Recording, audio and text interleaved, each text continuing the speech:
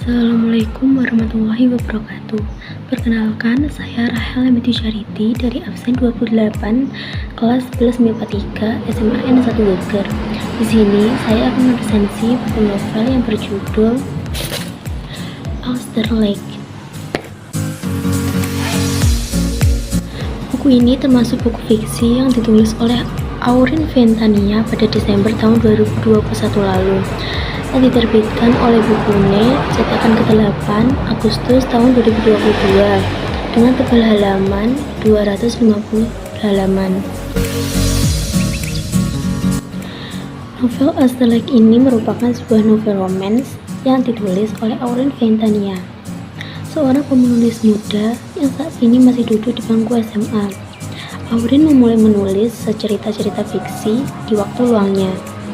Setelah memiliki memilikan ide cerita menulis semenjak duduk di bangku SD, akhirnya ia berhasil mengeluarkan karya pertamanya, yaitu Alster Lake ini.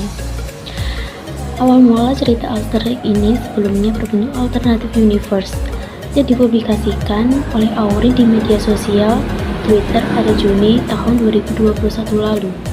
Novel ini mempunyai cerita romantis, penuh kejutan dan menyenangkan.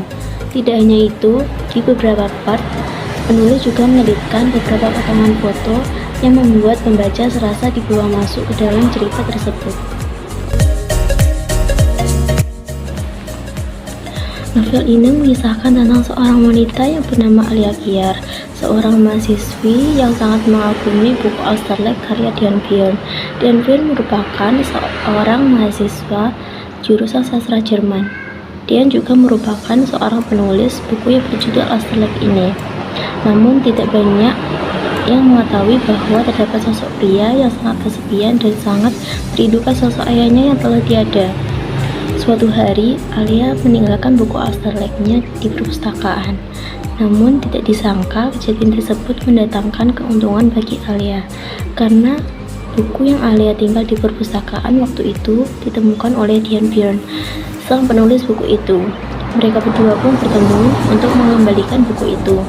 Pertemuan mereka menjadi sebuah pertemuan awal terciptanya hubungan mereka.